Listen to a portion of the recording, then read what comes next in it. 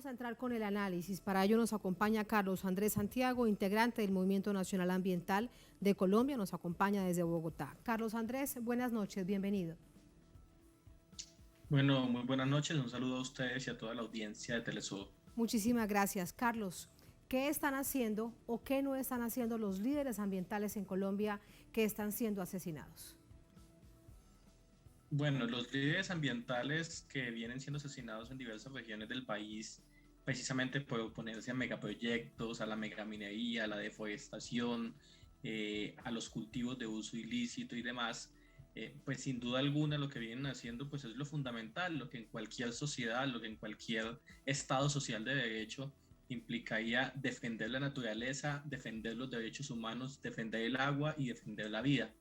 Sin embargo, eso parece que en Colombia, como lo ha indicado Global Witness en este informe en el que nos pone por segundo año consecutivo como el país más letal, parecía que para que quienes tomamos la decisión de ser ambientalistas, de tomar acciones todos los días para no permitir este tipo de proyectos, que este tipo de proyectos se desarrollen en Colombia, pues esto implica casi que una condena de muerte, implica casi que una serie de ataques, de hostigamientos, de amenazas, de agresiones que vienen pasando en todo el territorio nacional con miles de líderes acá en Colombia que día a día tienen que luchar no solamente contra las dificultades que es oponerse a este tipo de proyectos, las empresas, los intereses económicos y políticos que hay detrás, sino también luchar todos los días por esquivar este tipo de acciones que ponen en riesgo la vida y la integridad.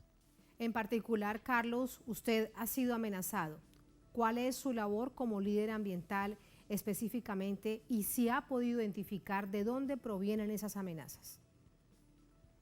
Bueno, en el ejercicio de activismo contra el fracking, contra los proyectos megamineros en Colombia, pues claramente como parte del Movimiento Nacional Ambiental y de la Alianza Colombia Libre de Fracking, pues he recibido amenazas como la han recibido otros colegas en diversas regiones del país, en el Tolima, en el Cesar, en Santander, en Boyacá, personas que han tomado la decisión de hacerlo, que han tomado la decisión de oponerse, de defender el agua, de defender la vida, de defender los territorios. Entonces, para nosotros es absolutamente lamentable y rechazable y es vergonzoso que mientras el mundo mira y pone sus ojos en Colombia, aquí lo que encontramos es un Estado, unas instituciones que no le prestan atención, que como dice la canción, están ciegos, sordos y mudos ante una realidad que se está llevando año a año la vida de los ambientalistas en Colombia. ¿Y quién los está amenazando, Carlos, en su caso particular y con respecto a las amenazas que lamentablemente después de ellas, como por ejemplo hemos visto con varios líderes en el departamento del Chocó, llegan las amenazas y luego se cumplen porque esos líderes han sido asesinados? En esos territorios hay también presencia de grupos paramilitares, de disidencias de las FARC, otros grupos insurgentes, grupos narcotraficantes, hay bandas criminales. ¿De dónde provienen entonces estas amenazas?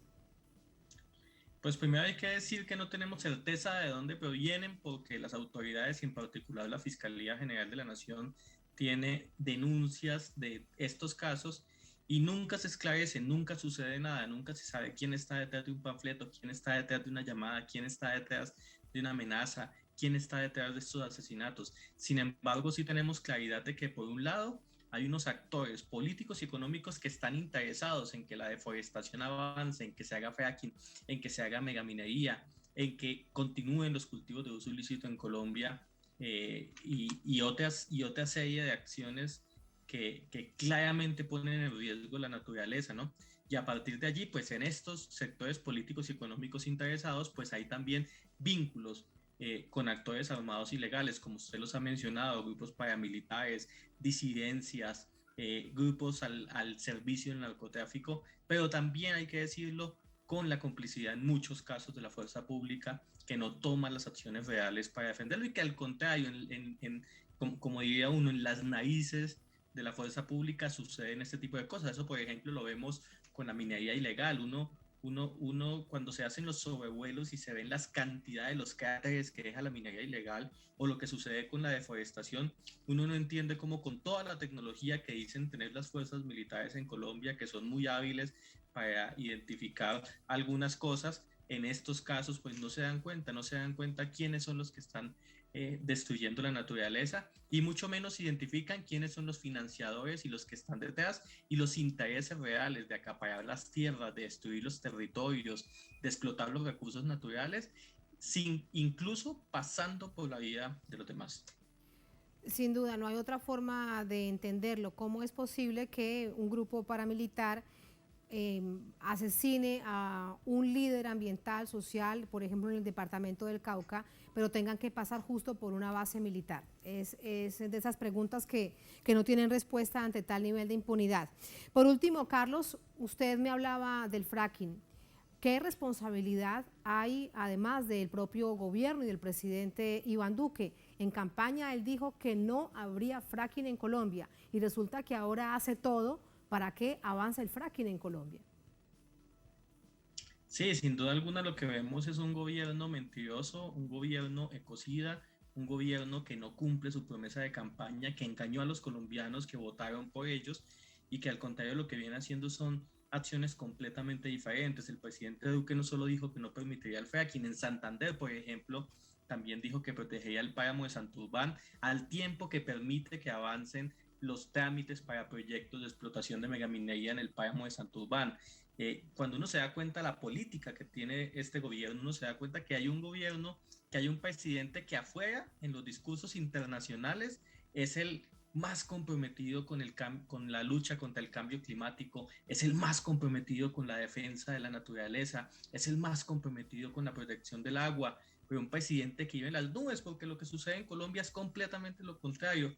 Todas las acciones, todas las políticas de este gobierno van encaminadas, por ejemplo, a proteger los deforestadores y los acaparadores de tierra en la Amazonía, que sabemos quiénes son, que sabemos cuáles son los grupos empresariales que quieren, por ejemplo, tener ganadería extensiva en la Amazonía. Sabemos quiénes son los responsables de este tipo de acciones y este gobierno pues claramente es cómplice, es complaciente y tiene una política de destrucción y muerte en los territorios, una política de implementar en Colombia la aspersión de cultivos de uso ilícito con glifosato, que es un químico que viene siendo prohibido en muchos lugares del mundo precisamente por los impactos en la salud pública.